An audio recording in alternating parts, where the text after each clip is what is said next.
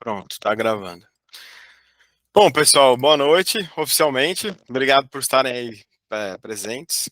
A gente vai falar um pouco sobre renda fixa e a ideia desse curso, já de antemão, assim, não é deixar ninguém profissional no assunto, não é um curso de certificação, não é um curso para ninguém virar especialista em renda fixa. Mas a ideia é, de fato, tornar todo esse conhecimento que existe disponível no mercado de uma forma acessível, assim, para que realmente a gente consiga entender o que é renda fixa e ouvir, interpretar, filtrar as notícias que saem diariamente no mercado que podem impactar tanto o nosso bolso, no sentido do quanto a gente ganha ou do quanto a gente perde, se a gente considerar a inflação e tudo mais. Então, a gente vai abordar tudo aquilo que é fundamental realmente saber para poder não só investir, mas para poder tomar umas decisões financeiras melhores. Mas alguns temas a gente não vai se aprofundar tecnicamente para aprender, fazer conta científica na ponta do lápis, não é nada de outro mundo, assim. Mas, naturalmente, tudo que vocês quiserem se aprofundar, tirar outras dúvidas que não estejam disponíveis no material de forma eventual, fiquem à vontade e a gente vai tratando todas as dúvidas que surgirem, tá bom? Como eu falei, o objetivo é desmistificar o universo da renda fixa e não e ajudar, né, colocar tudo isso em prática no dia a dia. Basicamente, a gente vai começar através do que é o Sistema Financeiro Nacional. Vamos, na sequência, estudar sobre os indicadores econômicos, vamos entender o que é juros ali, apesar da gente saber na prática. No dia a dia, a gente já está acostumado com essa terminologia, a gente vai entender um pouquinho mais no detalhe. Na sequência, a gente vai entrar de fato no que é renda fixa, como é tributado, quais são as seguranças.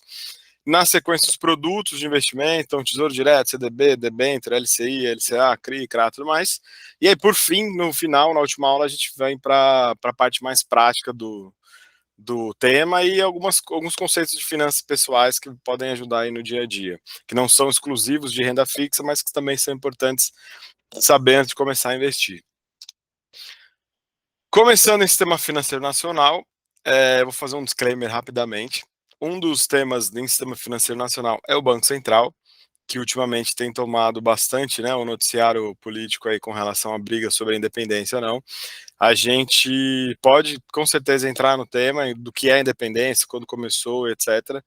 Mas, de modo geral, o curso ele é imparcial, assim, a gente não vai entrar em nenhum momento sobre a discussão política de que presidente está certo ou errado, ou nem nada do gênero, porque é uma questão, cada um tem, né, a sua posição política, a ideia é não entrar nesse debate. Então a gente vai ficar mais na parte técnica do curso, mas estamos aí à disposição para tirar as dúvidas que surgirem. Então vamos lá, Sistema Financeiro Nacional. O que é o famoso Sistema Financeiro Nacional? Basicamente, o Sistema Financeiro Nacional é um conglomerado de instituições, regras, normas, punições, enfim, de fato um sistema que reúne todo mundo que faz parte do dia a dia financeiro de uma economia. Então, quando você faz um Pix para pagar alguém, quando você contrata um financiamento imobiliário, quando você toma um empréstimo bancário para pagar uma dívida, financia um carro, ou investe, você está usando esse sistema para transferir recursos. Basicamente, a gente costuma falar que o sistema financeiro ele foi criado para proteger e para fazer o papel de intermediário entre as pessoas que têm dinheiro sobrando, que é o que a gente chama de agente superavitário, e aqueles que têm dinheiro faltando, que são os deficitários, ou seja, quem tem um excedente de poupança, ou tem mais que vai usar e vai transferir para quem precisa. Um exemplo prático disso, por exemplo, é o financiamento imobiliário. A gente pega a caderneta de poupança, ela é foi, né, basicamente criada para financiar o sistema de financiamento imobiliário. Então, as pessoas que são superavitárias, que têm dinheiro sobrando, que estão aplicadas, inclusive, na poupança, e elas depositam, né, aplicam, e o Sistema Financeiro Nacional pega essa grana que está guardada e devolve na economia através do financiamento imobiliário, ou seja, ela coloca na mão de quem precisa desse dinheiro emprestado para poder investir na casa própria, fazer uma construção, etc. e tal. É muito comum também em projetos de infraestrutura, né? Você tem as famosas debêntures, que é um ativo que a gente vai ver mais para frente, mas que é basicamente isso. É uma forma de investimento que é disponibilizada para quem quer aplicar, ou seja, quem está com dinheiro sobrando e quer investir. E aí o sistema financeiro, através dos bancos, das securitizadoras, pegam essa grana e financiam um projeto de estrada, de esgoto, de construção de pavimentação de rua e tudo mais. E os IPOs, né, porque a gente não vai entrar tanto no detalhe, porque aí já é uma questão de renda variável, são ações, mas que são, na verdade, o processo onde uma empresa de dono vai para a bolsa e torna o seu capital público. Geralmente também é uma forma de pegar esse dinheiro das pessoas que estão querendo investir em alguma coisa para se financiar em termos de expansão, de infraestrutura, de novas filiais e tudo mais. Então, basicamente, o papel do sistema financeiro é esse: intermediar o agente superavitário e o agente deficitário, como a gente vê nesse gráfico. Então, o agente superavitário tem lá um dinheiro disponível, está sobrando, ele aplica o seu recurso numa instituição financeira que faz parte do sistema financeiro e que remunera, ou seja, paga os juros para quem investiu e cobra desse mesmo dinheiro juros daquele que pegou emprestado para fazer aquilo que tiver que fazer.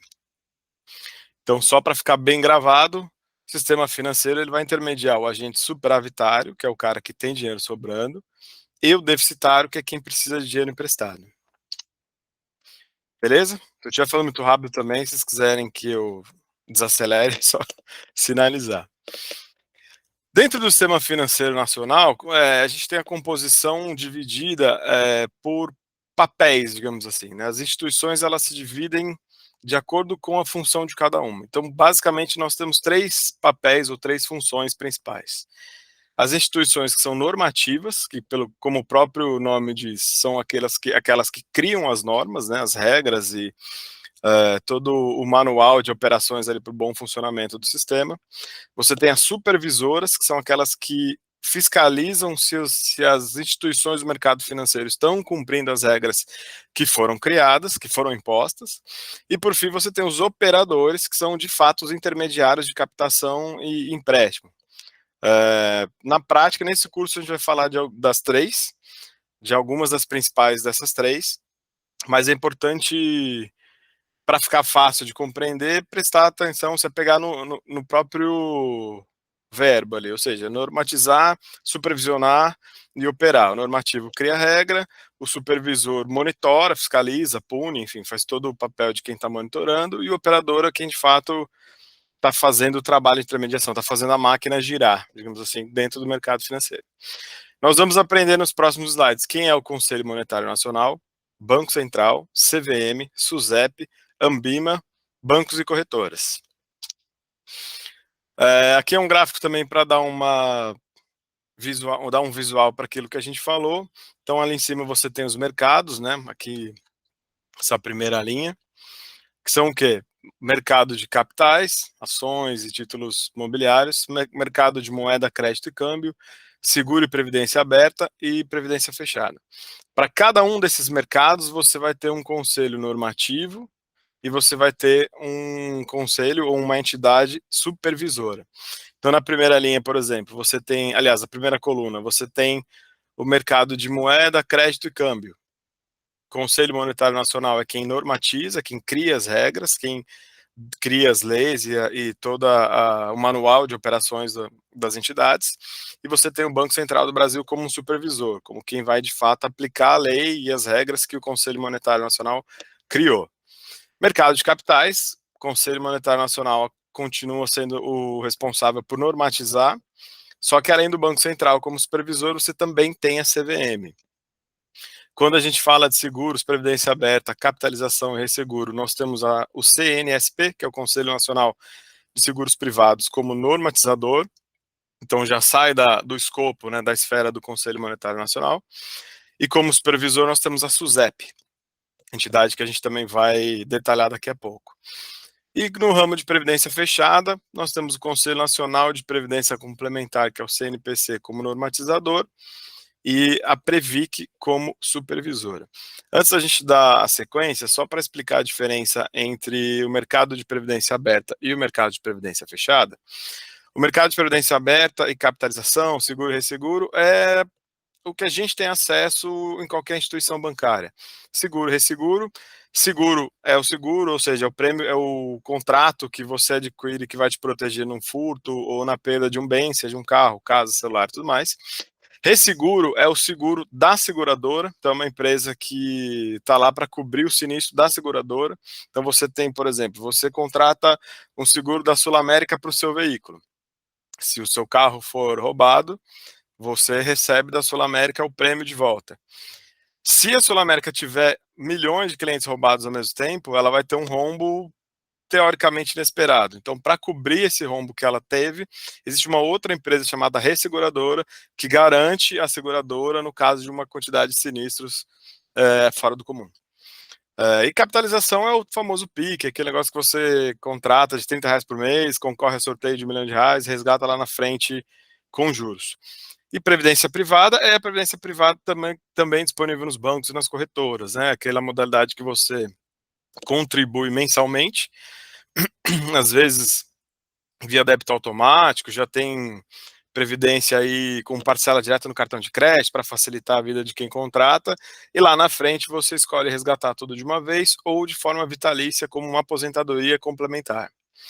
Isso é previdência aberta, isso é SUSEP. Quando a gente fala de previdência fechada, são os famosos fundos de pensão dos municípios ou das empresas estatais. Então são basicamente entidades jurídicas, né, que funcionam como de forma semelhante à previdência privada, só que são específicas para determinado grupo de colaboradores. Então, por exemplo, profissionais do Banco do Brasil, profissionais da Prefeitura de São Paulo, enfim, são pessoas mais restritas. E normalmente, nesse caso, além da contribuição feita pela própria pessoa, né, pelo funcionário, existe uma contribuição adicional do empregador. Por isso que são apartados. Começando pelo Conselho Monetário Nacional, que é o chefão, né, é o principal aí na hierarquia. Ele é quem define todas as normas da política cambial, política monetária e política de crédito. O que são cada uma dessas políticas? A política cambial é justamente a atuação do CMN junto com o Banco Central, ou seja, a preocupação do governo com relação ao poder de compra do real frente às moedas estrangeiras. No caso, a gente pode usar o dólar como principal exemplo. Então, o Banco Central, a gente vai ver isso daqui a pouco, tem o papel de regular a paridade entre dólar e real. Porque se o real passa a valer muito mais que o dólar, você tem um benefício e um malefício, se ele passa a valer muito menos também. Então, existe toda uma ala do governo preocupada com a política cambial, ou seja, preocupada em manter um equilíbrio que seja saudável entre o preço das duas moedas, e as normas que regem essa política cambial são definidas pelo Conselho Monetário Nacional.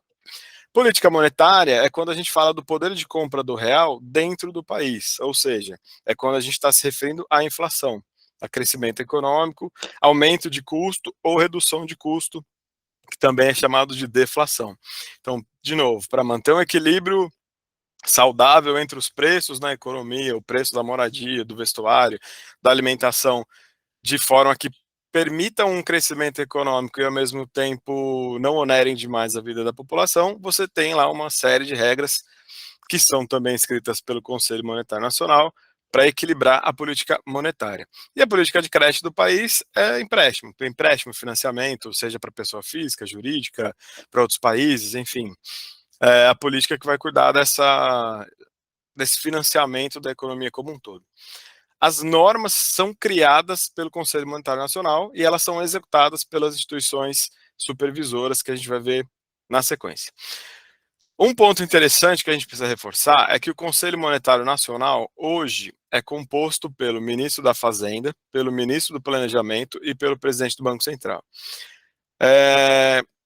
No governo anterior, nós tivemos a extinção do Ministério da Fazenda, que na verdade virou uma secretaria, e foi incorporada pelo Ministério da Economia. E nesse processo, a composição do Conselho Monetário Nacional mudou. Era essa, virou outra de acordo com a construção, né, que foi feita do Ministério da Economia, aí fazia parte do Ministério da Economia e tudo mais. E aí, com a eleição do novo governo, o atual ministro da Fazenda recriou o Ministério da Fazenda, né, separou de novo as coisas e retomou o Conselho Monetário Nacional na sua origem anterior ao governo passado.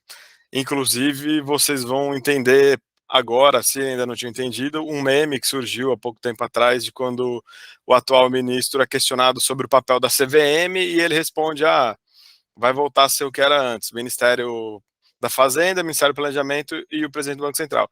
Que na verdade ele confundiu as siglas, ele quis falar CMN justamente por isso, porque havia sido alterado no governo anterior. Então hoje ele é composto, ele voltou a ser composto pelo Ministério da Fazenda, pelo ministro, né, da Fazenda, do Planejamento e presidente do Banco Central. Dentre as suas atribuições, além de criar todas essas regras que a gente citou, ele autoriza a emissão de papel moeda. Então, ele quem libera aí a Casa da Moeda a imprimir nota e moeda. Ele determina o percentual de recolhimento compulsório dos bancos e ele regulamenta a constituição, funcionamento e fiscalização das instituições financeiras do país. Emissão de papel moeda é simples, né? É como a própria expressão quer dizer. Recolhimento compulsório, a gente vai ver um pouco mais para frente, mas para não ficar essa dúvida até lá, todo banco, quando recebe uma TED, quando você pega uma nota de R$ 100 em papel e deposita na sua conta bancária, o banco ele é obrigado a pegar um percentual desse valor e depositar numa conta master, digamos assim, no Banco Central. Isso é uma política monetária para se controlar a inflação. Por quê? Porque o banco, ele cria dinheiro com o dinheiro que tem. A cada R$ 100 que você coloca, ele vai reemprestar esses R$ 100 com juros e a coisa começa a ficar exponencial. Para controlar justamente essa criação de crédito e, por consequência, a quantidade de dinheiro que está disponível no mercado, que está rodando no mercado, o Banco Central administra essa questão do recolhimento compulsório. Então, tudo que é depositado nos bancos, parte é recolhido ali no Banco Central e é um dinheiro que ele não usa para emprestar, não usa para investir, não usa para nada. Quando o Banco Central, no papel do supervisor, de executor da política monetária, quer aumentar ou diminuir o movimento da economia na busca de aumentar ou diminuir a inflação, ele aumenta e diminui esses depósitos. Mas quem determina o percentual é o Conselho Monetário Nacional. O Banco Central só executa. E quando a gente fala em regulamentar a constituição e o funcionamento das instituições, é isso, assim, quantos diretores tem que ter, quais são as regras, quais são as áreas, quais são os sistemas, o quanto as instituições têm que depositar no Banco Central. Toda essa regra para constituir um banco, ou uma corretora, ou uma gestora, que são entidades financeiras, elas são criadas e alteradas, né, atualizadas sempre pelo Conselho Monetário Nacional. Beleza? Alguma dúvida até aqui? Podemos seguir? Beleza, vamos seguir. Banco Central, famoso Banco Central, conhecido como Bacen ou BCB, Banco Central do Brasil, é uma autarquia, ou seja, ele não é um ministério, ele é um órgão que é vinculado ao Ministério da Fazenda, mas ele tem a sua independência, e ele é responsável por fazer cumprir todas as determinações do Conselho Monetário Nacional. Então, enquanto o Conselho Monetário Nacional, como eu falei, determina o percentual de recolhimento compulsório, é o Banco Central quem de fato vai recolher, quem vai entrar no sisteminha do Banco Itaú e retirar lá o percentual que tem que ficar parado sem ser utilizado como moeda para empréstimo ou financiamento. Enquanto o Banco Central cria as regras de constituição de uma entidade financeira, é o Banco Central quem fiscaliza, quem vai fazer a auditoria para saber se de fato estão sendo cumpridas as determinações do Conselho Monetário Nacional. Além de executar as normas e diretrizes criadas pelo CMN, o Banco Central regula e administra o mercado financeiro, o sistema financeiro. É ele quem conduz a política monetária, ou seja, é ele quem vai perseguir a meta de inflação, é ele quem vai pôr dinheiro no sistema através de compra de títulos públicos, de diminuição do recolhimento compulsório ou vice-versa. É ele quem administra o sistema de pagamentos, então toda transferência, TED, DOC, PIX, boleto, todas as regras e todos os sistemas que envolvem essas transações em tempo real são administrados pelo Banco Central.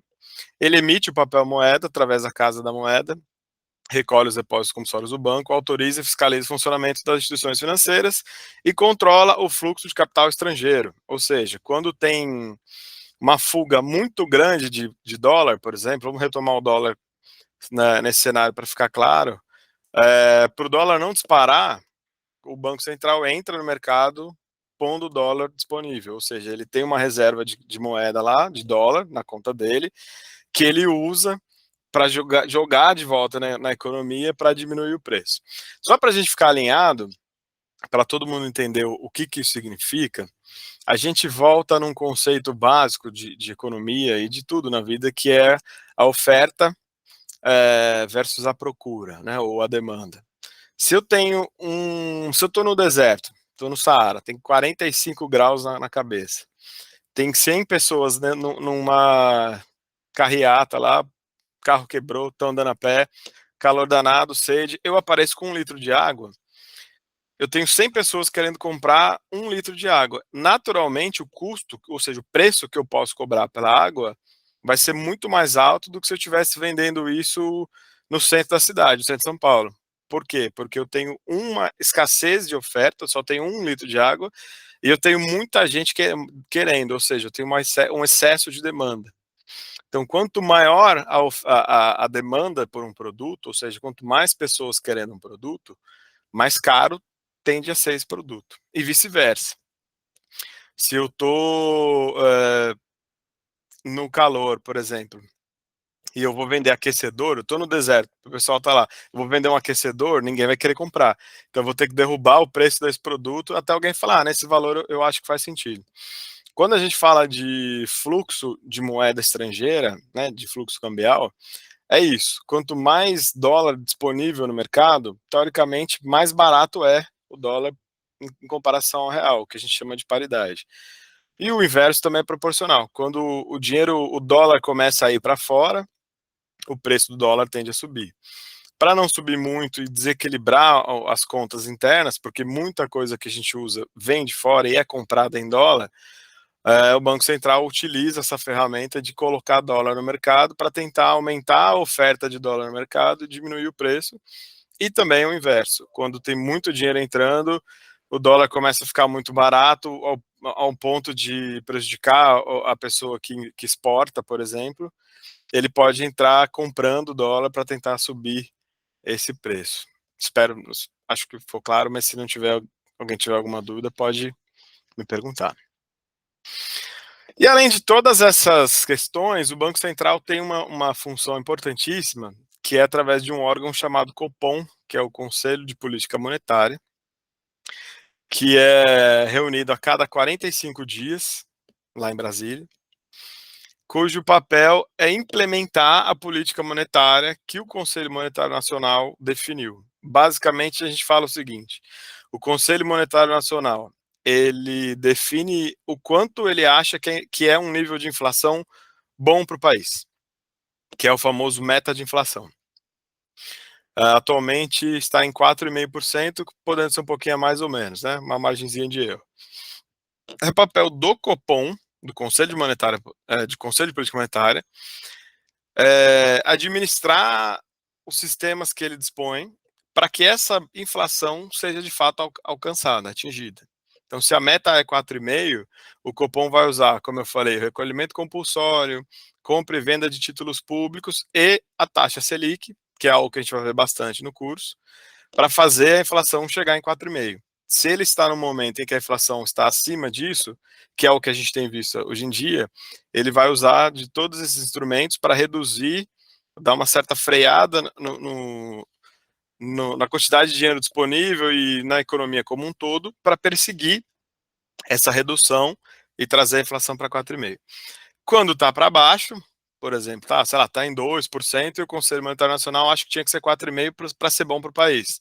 Então ele vai fazer o oposto, ele vai jogar dinheiro no mercado, vendendo título, diminuindo, aliás, comprando título, diminuindo o percentual de recolhimento compulsório, ou seja, ele vai tomar medidas para colocar dinheiro na economia, para fazer as pessoas comprarem, para fazer a coisa rodar e através disso fazer o preço das coisas subir e atingir o mínimo ou o índice de inflação, a meta de inflação decidida pelo Conselho Monetário Nacional. Antes da gente seguir, alguém quer fazer uma pergunta sobre a autonomia do Banco Central, sobre essa discussão toda que está acontecendo, ou eventualmente sobre alguma coisa das coisas que eu falei, no sentido de política monetária? Eu vou aproveitar para tomar uma água enquanto isso.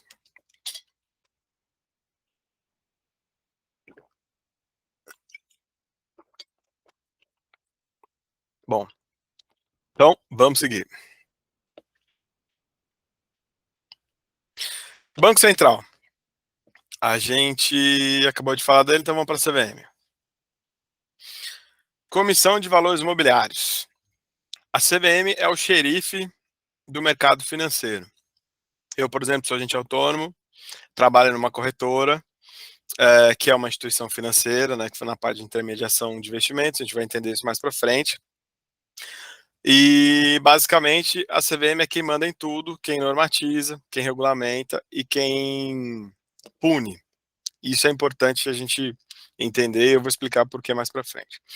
Mas indo para a definição técnica, a CVM também é uma autarquia, ou seja, apesar de ser vinculada ao Ministério da Fazenda, ela é um órgão independente, e ela é responsável pelo desenvolvimento do mercado de títulos e valores imobiliários do país. Valores imobiliários basicamente são ações, debêntures, fundos de investimento, CRIs, CRAS, commercial papers, enfim, todos os ativos de investimento que hoje estão disponíveis para a gente comprar e vender.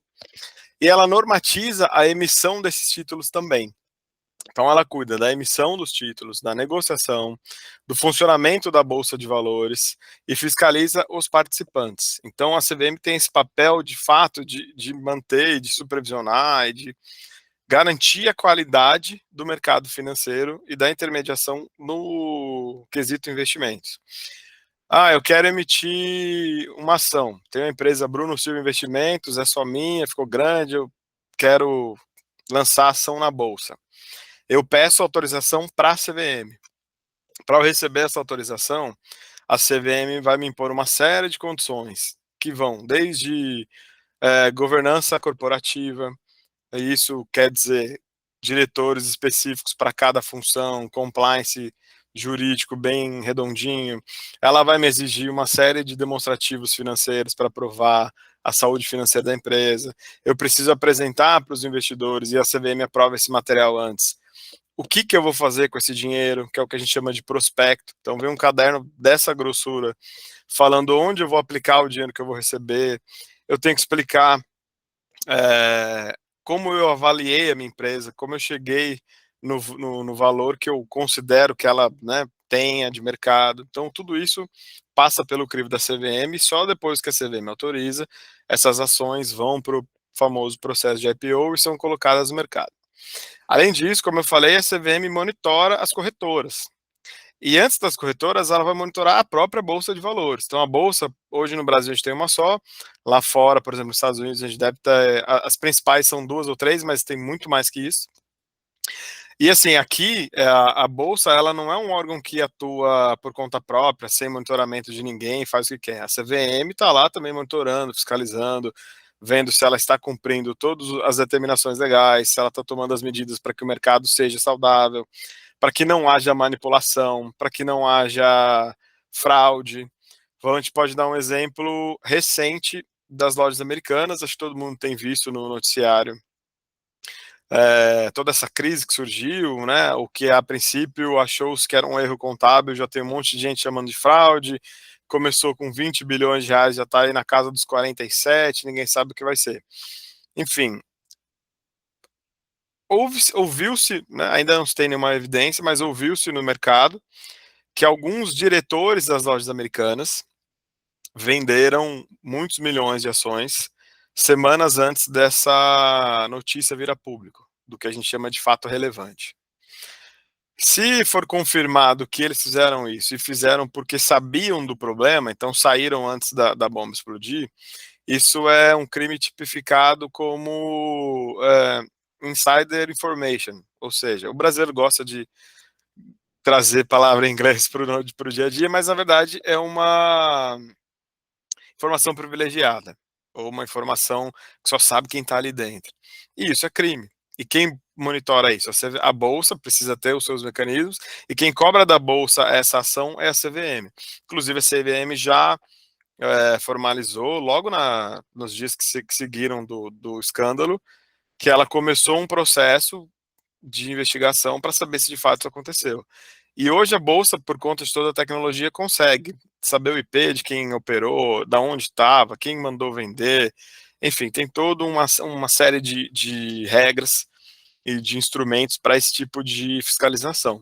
Então, a obrigação, na verdade, a essência, não vou nem dizer obrigação, a essência da CVM de ser é, de fato, tornar o mercado cada vez mais justo e mais seguro, para que as pessoas possam ter mais confiança, mais segurança e, por consequência, colocarem mais recursos no mercado financeiro, na bolsa, no mercado de ações, o que vai fazer com que outras empresas resolvam abrir capital, então aumenta o número de ações negociadas e melhora esse financiamento que a bolsa permite de desenvolvimento e expansão das empresas. Então a CVM ela tem esse papel, assim, ela está o tempo todo monitorando para garantir principalmente a segurança e a saúde do mercado de bolsa e de renda variável e renda fixa como um todo.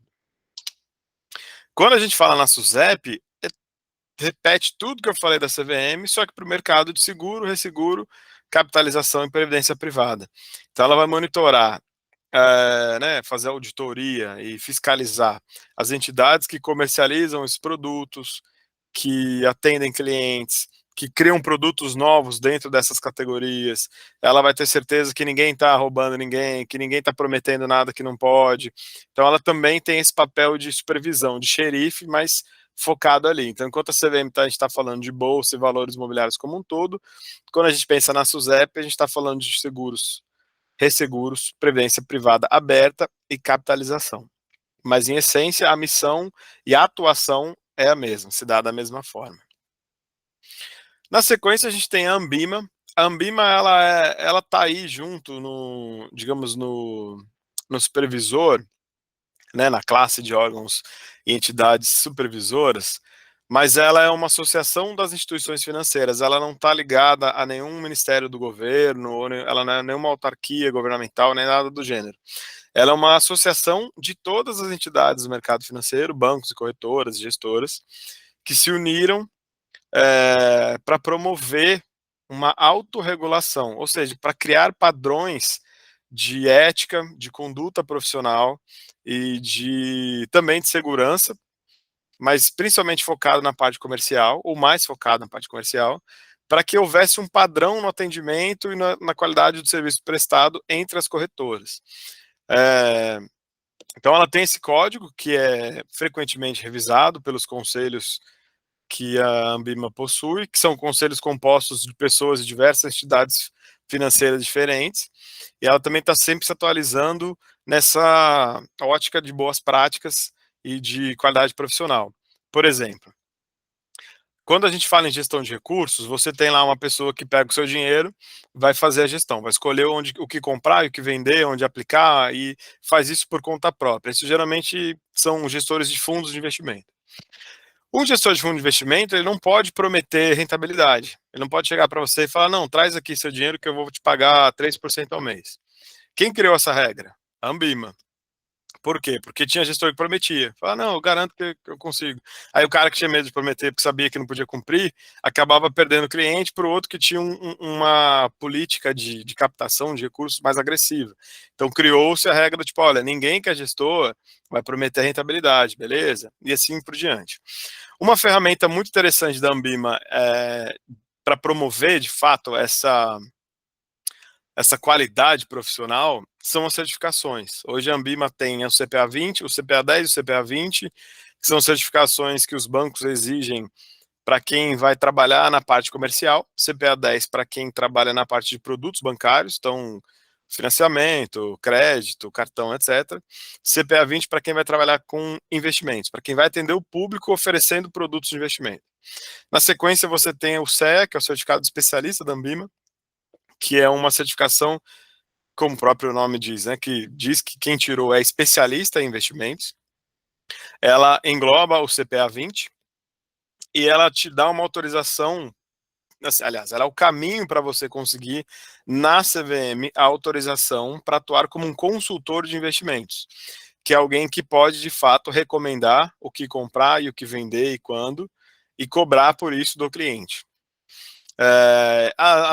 Digamos acima, né, ou além da CEA, você tem a certificação de gestor, que antigamente era uma prova só, agora são 3 módulos, mas na prática são certificações que te tornam apto a pedir para a CVM autorização para ser um gestor de recursos, ou seja, ser alguém que vai comprar e vender ativos em nome de um terceiro na busca de rentabilidade e podendo cobrar isso do cliente final direto.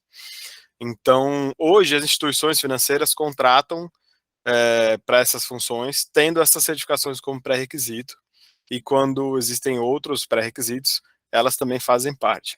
Por que eu estou batendo tanto nessa tecla? Como eu falei, a CVM ela é o xerife, né?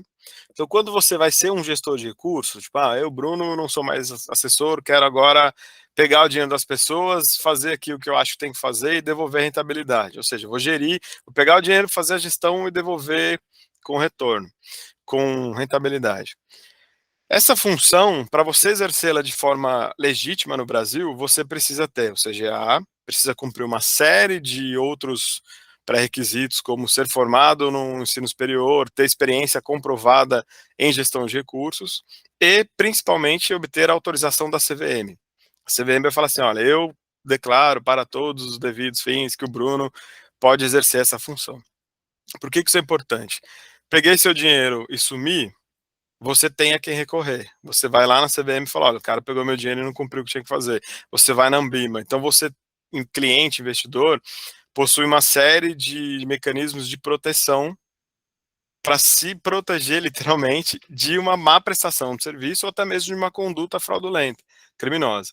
Se você entrega o seu dinheiro para alguém que se diz gestor, fazer essa gestão sem nenhum tipo de autorização, sem as certificações, e principalmente sem estar autorizado pela CVM, se o cara sumir com seu dinheiro, você não tem para onde ir. Você faz uma TED por livre e espontânea vontade para mim, na promessa palavrada de que eu vou lá fazer milagre no mercado financeiro e vou te devolver 50% de retorno. Aí eu pego esse dinheiro e fujo. Pode até ter um mecanismo no aspecto do direito civil para você brigar, mas é muito mais difícil conseguir, porque eu não sou um profissional habilitado, entendeu? A mesma coisa que eu mandar dinheiro para alguém que não é médico, para ele me consultar com base no que ele aprendeu na internet. Eu não vou poder ir no conselho de medicina reclamar se o cara me receitar um remédio errado. Então, essas certificações, essas entidades, elas são realmente importantes, elas funcionam muito bem no Brasil para manter de fato essa segurança. Por isso que a gente bate tanto na tecla de quando você vai investir, quando você vai aprender alguma coisa, quando você vai procurar informação, e sempre nos canais, não só oficiais, mas nos canais das empresas que são de fato regulamentadas, porque significa que essas pessoas trabalham com a sabendo que poderão ser responsabilizadas. Dando um exemplo, por exemplo, do meu próprio caso, eu sou assessor de investimentos, tenho a certificação e o credenciamento da CVM para ser um agente autônomo de investimento, ou seja, eu posso intermediar, posso vender produtos de investimento, falar sobre isso, mas por consequência eu sou auditado pelo Banco Central, pela CVM, pela Ambima, apesar de não ser governamental, e estou sempre cumprindo as regras. Se eu descumpro, eu sou notificado, se há uma reincidência eu posso ser multado, se há uma reincidência eu sou proibido de atuar. Uma regra, por exemplo, que eu não posso descumprir. Eu não posso comprar nenhuma ação para um cliente meu sem uma autorização prévia. E essa autorização prévia, ela precisa estar num canal gravado, ou seja, ou o ramal que eu tenho na minha mesa que tem gravação, fica disponível por até 5 anos, ou por um correio eletrônico oficial cadastrado na corretora. Por quê? Porque isso me previne e previne o cliente de que eu faça uma gestão irregular dessa carteira, ou seja, que eu fique comprando e vendendo dinheiro, usando o dinheiro do cliente sem o cliente saber. Se eu executo uma hora, né, o cliente me passou no WhatsApp, eu fui e fiz, caio na auditoria, eles me pedem a ligação, e o cliente me ligou 1 minuto depois do horário que eu fiz essa compra e venda, eu sou autuado, se for uma reincidência multado, se for uma reincidência proibido de atuar. Então é muito sério o arcabouço legal, jurídico e de estrutura de segurança. Isso é muito bom, porque isso protege a gente de ter um sistema que pode colapsar por má fé ou por falta de profissionalismo, né? Acabando o CVM, SUSEP, a gente entra na parte dos operadores do mercado financeiro. Quem são os operadores? Basicamente bancos e corretoras. Os bancos, acho que eu não preciso explicar, mas só para a gente alinhar o conhecimento de todo mundo, estão especializados em fazer também intermediação de dinheiro entre quem tem sobrando e quem está precisando, através da emissão de títulos. Então, quando você compra um produto bancário como CDB, como letra financeira, etc., você está deixando o dinheiro disponível no caixa do banco para que ele pegue essa grana e trabalhe para ganhar a parte dele. Em troca, ele vai te remunerar. Além disso, os bancos também são especialistas em produtos de crédito. Então, como eu falei, financiamento de carro, casa, de cirurgia, de máquina, de tudo, né? Os bancos são especializados nessas duas partes, nessas duas pontas. Os bancos podem ser de investimento, desenvolvimento, comercial e múltiplo. Múltiplo é quando ele tem mais de um foco, digamos assim. Esses focos que eu falei, comercial, desenvolvimento, investimento, são conhecidos como carteiras. Então, quando o banco tem mais de uma carteira assim, ele é considerado múltiplo.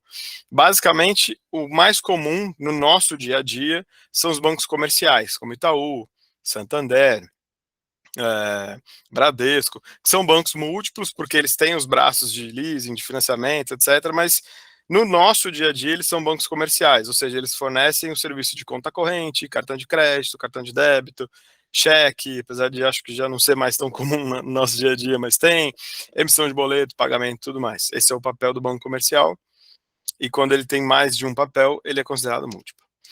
Quando a gente fala em corretora, que é onde eu trabalho aqui, a Nova Futura, a gente tem uma casa que também é uma operadora do mercado financeiro, ou seja, também é uma intermediadora de recursos entre quem tem sobrando e quem tem que estar faltando, só que ela não tem produto de crédito, não tem o serviço comercial de cartão, de Pix, nem nada do gênero. Ela tem uma única especialidade, que é a intermediação de títulos e valores imobiliários. Então, eles são responsáveis por conectar as corretoras, né? São responsáveis por conectar os investidores na bolsa, ou nos outros produtos. Por exemplo, no CDB, a corretora conecta o investidor no CDB do banco A, B ou C, sempre fazendo a intermediação. É bom a gente fazer um parênteses aqui, que é o seguinte: hoje em dia tem muito banco, aliás, tem muita corretora que já tem serviço bancário. Ah, mas pô, eu tenho a conta na corretora XYZ e lá eu tenho cartão de crédito. Por quê? Porque essas corretoras também estão virando banco, ou foram comprados por um banco, ou criaram de fato uma entidade, um banco dentro do grupo para atuar nessas soluções. Então, quando a gente fala, corretora tal tem cartão de crédito, na verdade ela é uma corretora e um banco, são duas entidades que se juntaram para oferecer esse leque de serviços. Para fins didáticos aqui, a gente está separando para ficar claro na cabeça de cada um qual é o papel de cada um. Quando a gente fala em corretora, o papel é focado em intermediar investimentos. O que significa que, se você compra uma ação da Petrobras através da Nova Futura, o seu dinheiro não está na Nova Futura. O seu dinheiro está aplicado em ação da Petrobras, que fica guardada lá na bolsa, enfim, não está aqui. Se você compra um CDB do banco XYZ através da Nova Futura, o seu dinheiro não está na corretora, está no banco emissor desse CDB. A corretora só atua, de fato, como um intermediador, pegando o seu dinheiro, passando para quem, né, emitiu o título que você comprou e te devolvendo os juros quando sacar. Para ficar mais claro, bancos emitem investimentos, enquanto as corretoras só distribuem. Os bancos são fiscalizados pelo Banco Central e pela CVM. As corretoras são fiscalizadas pelo Banco Central, pela CVM e pela BSM, que é a entidade da própria Bolsa de Valores, que faz auditoria anual nas corretoras. Os bancos costumam ter um custo operacional mais caro, porque eles têm uma infraestrutura muito mais complexa, né, para administrar todos esses sistemas e produtos diferentes que eles têm, enquanto as corretoras já têm um custo operacional mais baixo, que são mais enxutas, porque tem menos serviços, digamos assim. Banco geralmente só oferece produto próprio.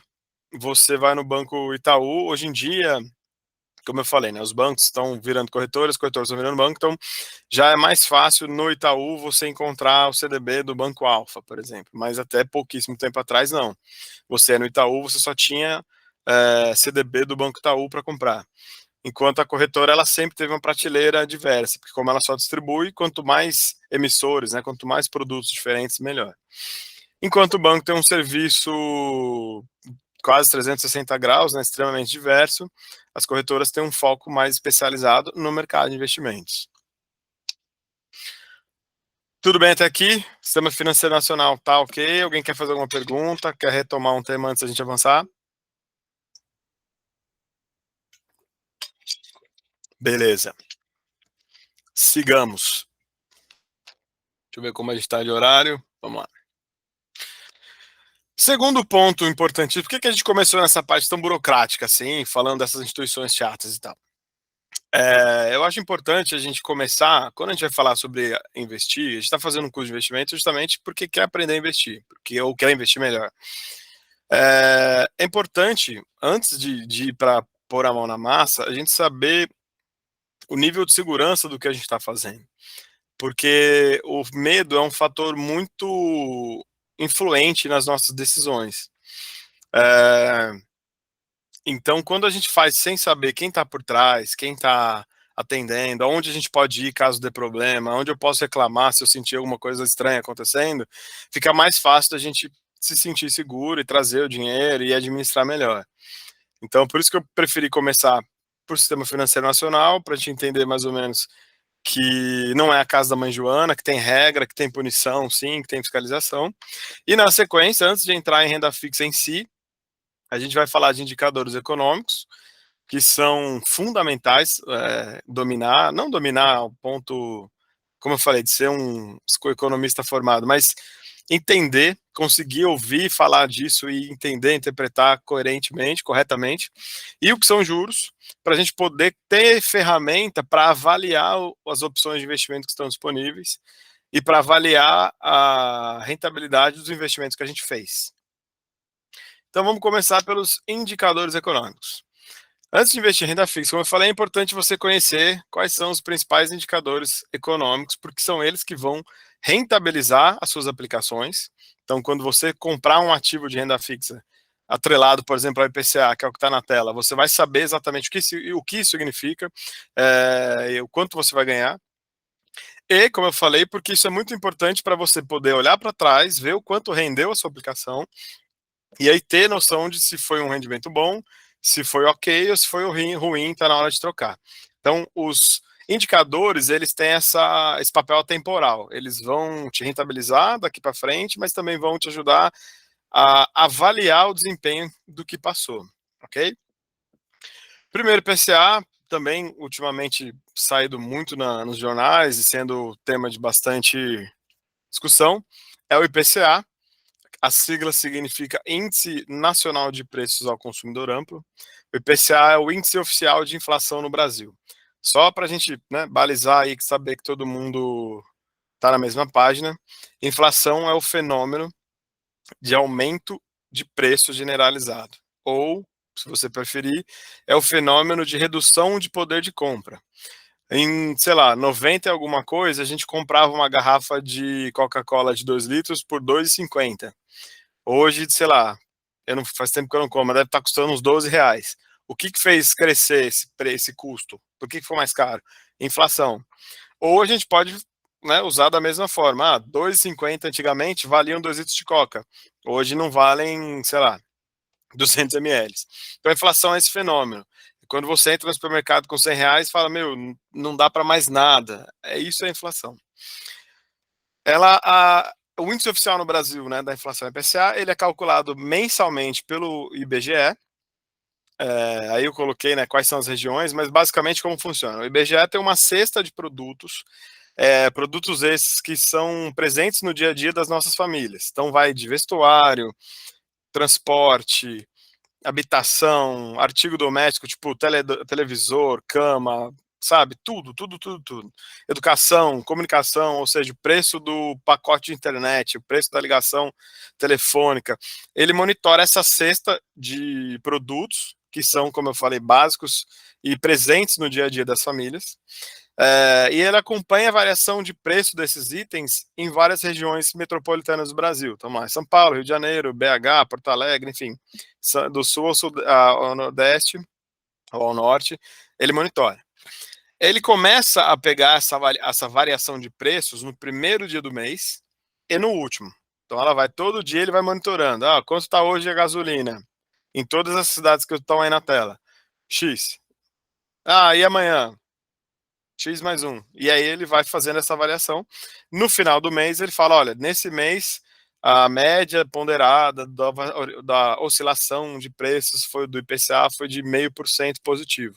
Na prática, o que significa? Quando a gente anuncia que o IPCA de janeiro subiu 0,53%, significa que a inflação subiu em janeiro 0,5%. Quando a gente fala que a inflação nos últimos 12 meses foi de 5%, significa que nesses últimos 12 meses o preço desses itens básicos do dia a dia aumentou 5%. Mas como eu falei, não é um aumento igual. Não quer dizer que a gasolina e o arroz subiram 5% juntos. Quer dizer que a média de custo dessa cesta toda subiu 5%. E aí vai ter coisa que subiu 30%, vai ter coisa que caiu de preço, e na média, esse foi o valor. O que é importante gravar aqui, na prática? Toda vez que você falar em IPCA, no sentido de custo, o William Bonner falou que a inflação explodiu, está fora de controle, está subindo, você prepara que seu dinheiro vai render menos. Seu dia a dia vai ficar mais caro. Deflação é o fenômeno oposto. Então, vamos falar, o IPCA veio negativo, ou seja, ao invés de subir, ele caiu. Significa que o preço ficou menor e, consequentemente, o seu dinheiro vai render mais.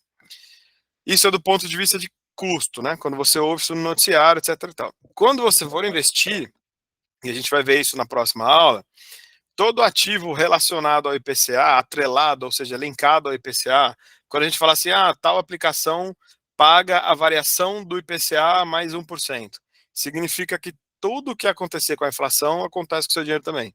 Então, se subiu 5% da inflação, o seu dinheiro investido nesse ativo também sobe 5%.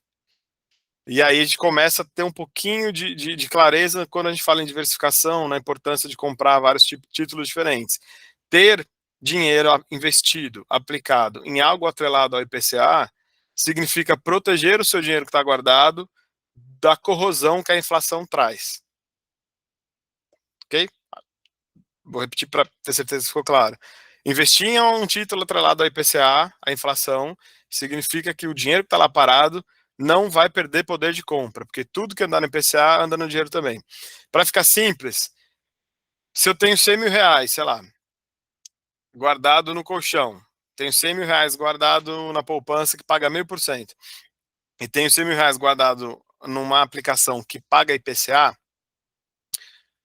ou seja, né, que rentabiliza o que variar o IPCA, se a inflação em um ano subir 10%, o que aconteceu? Perdi aqui, porque meu dinheiro nominalmente não mudou, mas o poder de compra de 100 mil reais é 10% menor. Na poupança eu ganhei, sei lá, 6%, fazendo uma conta rápida de padeiro, e na inflação eu ganhei 10%. Então, no final do período, eu continuo tendo 100 mil reais, porque por mais que nominalmente tenha crescido, o meu poder de compra não se perdeu. A gente vai ver isso um pouquinho mais para frente, mas só para explicar a importância de conhecer esse indicador. Rodolfo perguntou, é possível reduzir a inflação até o ponto da época que lançou o real? Cara, na verdade, quando lançou o real, a inflação era muito mais alta, né? Inclusive foi o lançamento do Plano Real que conseguiu começar a controlar.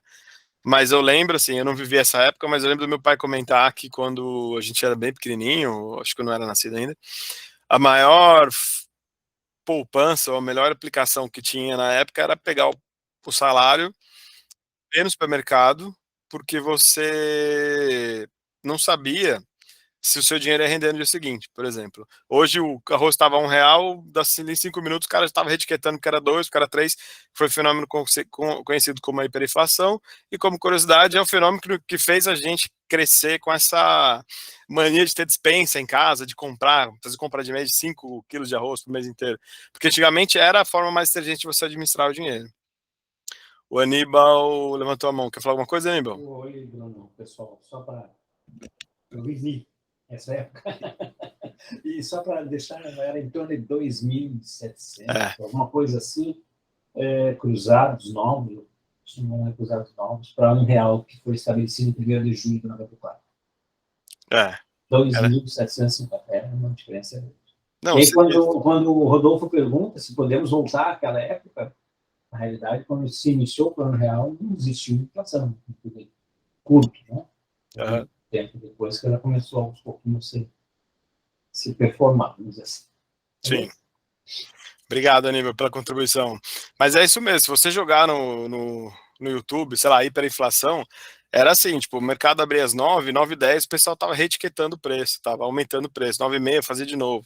Por isso que a gente tem essa mania de comprar fazer compra para o mês inteiro. Claro que também tem a praticidade, você não tem que ficar indo no mercado sempre, mas a gente foi criado dessa forma, né? Porque era a medida mais segura que tinha para não perder, não correr o risco de você comprar comida para hoje, e no dia seguinte já não ter mais condição de comprar nada, porque o preço explodiu 2.000%, seu dinheiro não rende mais.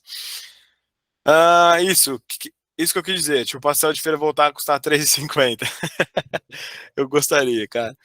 Eu acho que, assim, a gente não vai entrar muito no conceito de política monetária, até porque eu nem sou tão habilitado para isso, mas existe um nível de preço, de inflação que nunca vai voltar, assim, por exemplo, a deflação ou a inflação zero, ela não é tão positiva para o mercado, para a economia como um todo, não para o mercado, para a economia como um todo. Então, esse aumento de custo, ele é meio que necessário no seguinte sentido. O que causa a inflação? O que faz o preço das coisas subir? Foi o que eu falei, é o excesso de demanda. Se tem todo mundo querendo comprar a mesma coisa, o preço sobe. Quando a gente fala em inflação no IPCA, em todos os ativos, aliás, em todos os bens e itens do nosso dia a dia, significa como um todo que os brasileiros, que as famílias brasileiras estão comprando mais. Se elas estão comprando mais, é porque elas têm dinheiro, estão ganhando mais, estão com uma saúde financeira um pouco melhor. Então, ter inflação significa que a economia está girando, que a galera está empregada, que estão pagando bem, que a coisa está acontecendo bem. Quando você percebe um fenômeno de deflação, ou seja, de queda no preço, você, na realidade, consegue entender que isso aconteceu porque as pessoas estão comprando menos, consumindo menos. E normalmente as pessoas compram menos ou porque não tem dinheiro, aí vem uma crise de desemprego, crise econômica, ou porque elas estão preferindo investir o dinheiro no mercado, vamos supor, na poupança, nos juros, nos CDBs, etc. e tal. Então, ao invés de investir, de comprar, eu vou investir. O que significa que, se eu tenho menos consumo, eu tenho uma atividade econômica menor, o faturamento das empresas diminui, das lojas, dos supermercados, dos postos, e aí a economia do país diminui. Então, é por isso que é preciso ter um equilíbrio. E é essa a grande discussão hoje com relação a governo versus Banco Central, que quem defende ou ataca a taxa de juros atual. Quanto maior a taxa de juros, menor o consumo, porque fica mais caro financiar e porque vale mais a pena investir do que comprar. Então, você tem uma retração da atividade econômica. Com juros muito baixos, não vale a pena investir, mais pessoas querem comprar porque as coisas ficam mais baratas, aí você corre o risco de ter uma explosão na inflação, que também é ruim para as famílias. Por isso que é um equilíbrio muito difícil de alcançar. Beleza? IPCA tá ok. São 9 horas, acho que eu vou até umas 9h10, tudo bem? Se alguém achar ruim, vocês me falam aí. E aí a gente continua na semana que vem. Próximo indicador econômico, que também vai rentabilizar a carteira de vocês ou tirar dinheiro dos nossos bolsos, é o IGPM. IGPM significa Índice Geral de Preços, também é considerado um índice de inflação, não é o oficial do governo, mas também é um índice de inflação, e ele é calculado pela FGV. Um parênteses bem pequenininho aqui, que é interessante. Por que é muito bom ter dois índices de inflação calculados por entidades diferentes? Se você tem só o IPCA, que é calculado pelo IBGE, que é uma entidade governamental, você pode perder a credibilidade do sentido, é o governo que faz o cálculo, então se ele quiser, ele pode manipular. E a inflação é 50%, ele fala que é 5%. Ao mesmo tempo, se você tem só o IGPM, que é calculado pela FGV, que é uma entidade privada, você tem o mesmo perigo. Tipo, o mercado privado quer queimar o filme do governo, então está falando que a inflação é 50 enquanto é 5. Se você tem duas instituições, uma privada e uma governamental, fazendo de certa forma a mesma conta, você garante, de novo, uma segurança de que não vai haver discrepância. Porque se um mentir, vai ficar evidente que vai haver diferença. Então, para que não tenha esse problema, a gente tem o benefício de ter essas duas entidades calculando e os dois índices disponíveis. Então, como eu falei, índice geral de preços ao mercado, o M é de mercado, calculado pela FGV, também é mensal, e ele tem um adicional que ele tem uma cesta de produtos maior que o IPCA. Ou seja, enquanto o IPCA está muito focado nos itens e nos bens de consumo que fazem parte do nosso dia a dia, o IGPM vai um pouco além. Ele também vai olhar para preço de matéria-prima e de bens industriais. Basicamente, o IGPM é composto de outros 3 índices. INCC, que é o Índice Nacional de Custo da Construção, então onde ele vai ver preço de tijolo, cimento, barra de ferro, cascalho, enfim, tudo que afeta a construção civil. Índice de preços ao produtor, se eu não me engano, está faltando um R ali, amplo. Oh. Obrigado, meu amigo. Eu recebi um recadinho de que eu tenho até as 10 para ir embora. Índice de preço ao produtor amplo, ele engloba também matéria-prima agrícola, produtos agropecuários e bens industriais, e o IPC, que é o preços ao consumidor, referente de fato aos itens de consumo. Então você tem INCC para avaliar a inflação na construção civil, que indiretamente nos afeta, o IPA, que é o de produtor agrícola, e você tem o IPC, que é o consumidor, que é como se fosse o IPCA. De modo geral, o IGPM ele é muito utilizado no reajuste dos aluguéis. Vocês vão ver muito, quem mora de aluguel, quem pretende alugar, vai ser corrigido por esse título, mas o mercado financeiro ele já não é tão utilizado assim. A maior parte dos títulos de inflação serão corrigidos pelo IPCA. Mas é interessante saber do IGPM porque ele, como ele tem uma cesta maior, ele às vezes pode ter um comportamento diferente. No meio da pandemia, quando a gente viveu aquela escassez, né, de consumo, de insumos para a construção civil, em contrapartida a construção civil disparou, porque quando a gente ficou em casa a gente quis reformar, quis fazer tudo, então bombou o mercado de construção, o IGPM disparou ao ponto de chegar, de superar 10% no ano. Eu lembro que o meu contrato estava para vencer ali, estava para renovar ali, eu tive que suar para para negociar com o proprietário para não sofrer essa discrepância. Mas ele já está voltando aos patamares comuns. Exato, na pandemia subiu tudo de construção civil, foi bem quando eu quis construir. Famosa lei de Murphy, né? E eu acho que a gente consegue matar os indicadores econômicos hoje, muito bem. Os 2 últimos indicadores econômicos, que são de fato os principais, os mais comuns e os mais relevantes na renda fixa, são taxa Selic e o CDI. Taxa Selic meta é a taxa básica de juros que, como eu falei, é estabelecida pelo Copom, que é um órgão do Banco Central, que se reúne a cada 45 dias para tomar essa decisão. Conselho Monetário Nacional define por lei a fórmula de cálculo da meta de inflação, comunica a meta de inflação para o Banco Central e fala assim, bancão, você tem que perseguir isso aqui, não pode ser nem mais nem menos. Banco Central, através do Copom, a cada 45 dias se reúne, um grupo de economistas, de diretores, eu, o presidente do Banco Central, para discutir como está essa evolução e se eles precisam mexer na taxa de juros. A taxa Selic, ela baliza todas as outras taxas do mercado. Por quê? Porque a gente considera o título emitido por um governo o investimento mais seguro daquele país. Então, os títulos emitidos pelo Tesouro Nacional no Brasil são a aplicação mais segura no Brasil. Os títulos americanos, que são conhecidos como bonds, eles são os títulos mais seguros dos Estados Unidos, e assim por diante.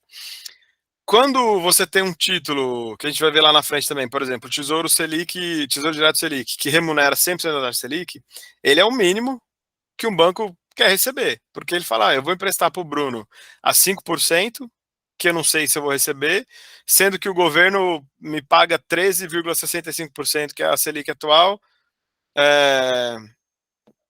de uma forma extremamente mais segura, vou emprestar para o governo. Então os bancos fecham o crédito. Então a taxa Selic, ela é a base, ou seja, é o mínimo que um banco vai te cobrar.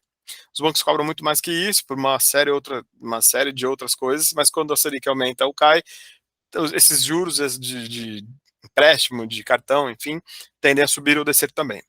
Então, a taxa Selic meta é a taxa divulgada pelo Copom a cada 45 dias, que tem que ser perseguida pelos bancos, que é o mínimo ali que o dinheiro vai custar quando a gente fala de emprestar ou investir. Taxa Selic Over é a taxa média cobrada entre os bancos quando são operações lastreadas em títulos públicos. O que significa isso? Banco Itaú teve mais resgate do que depósito hoje. Então, no geral, ele está lá bem, mas no dia o fluxo de caixa foi negativo. E o Bradesco foi o contrário, teve mais depósito que resgate e o caixa está sobrando. Como o Banco Central determina que os bancos não podem fechar o dia com caixa negativo, rola um empréstimo entre essas instituições bancárias. Quando eles tomam um empréstimo desse, dando um título do governo como garantia, tipo, olha, se eu não te pagar, você resgata o título que está investido lá no governo, eles cobram entre si a taxa Selic over, que normalmente é, sei lá, 0,10 a menos que a taxa Selic meta. Então, se hoje a taxa Selic meta é 13,75%, a Selic over é 13,65%. E ela também acompanha a meta. Quando a taxa Selic do Copom aumenta, eles cobram mais e vice-versa. E ela chama over por conta da expressão overnight, de novo a gente querendo, né, incorporar o inglês na nossa língua, que são operações que vencem no dia seguinte. Então, são operações de um dia para o outro, que é só realmente para balizar a caixa. Então, basicamente, quando a gente fala de um título que paga a taxa Selic, Tesouro Selic, CDB, que paga 100% da Selic, sempre que a gente fala, isso aqui te paga Selic, a gente está falando da Selic over, não a meta. Não é a que o Copom fala, mas sim a média das taxas cobradas entre os bancos nessas operações. Mas, via de regra, é sempre no máximo 0,10, 0,20 abaixo da meta. Essa taxa Selic é divulgada diariamente por um órgão chamado CETIP, está na internet, se você jogar Selic over você vai ver, e ela está hoje em 13,65% na média. Por consequência, aliás, na sequência você tem o CDI, que é uma sigla que significa Certificado de Depósito Interbancário, que é um certificado que cumpre o mesmo papel da operação que a gente acabou de citar na Selic Over. Quando o Itaú precisa fechar de dinheiro emprestado para fechar o caixa, ele emite um CDI, ou seja, um certificado de depósito interbancário, para o Bradesco, que compra jogando dinheiro no caixa do Itaú para o Itaú fechar a conta. A taxa de juros cobrada nessa emissão é conhecida como CDI. E geralmente acompanha a taxa Selic Over. É muito difícil ter uma discrepância entre as duas. O CDI, e por isso que eu deixei negrito ali, é o principal índice de referência da renda fixa.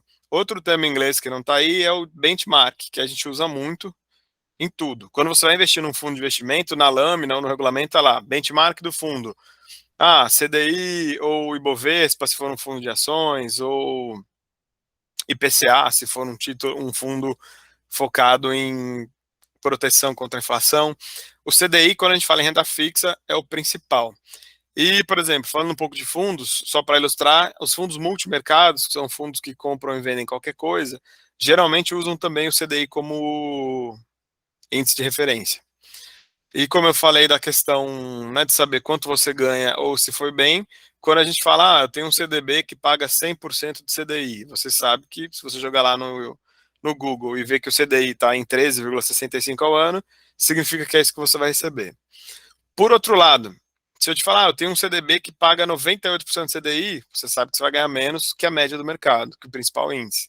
Se você olhar para trás e falar, nossa, minha carteira rendeu 3% e o CDI foi 6%, sua carteira performou mal. Claro que isso não é uma regra, né, se foi uma carteira de ações, o mercado, tem outros parâmetros que a gente usa para analisar, mas via de regra, o CDI é uma excelente forma de você mensurar se a sua carteira performou bem no passado, e de saber o quanto você vai ganhar nesse investimento que você está fazendo dali em diante. Ok?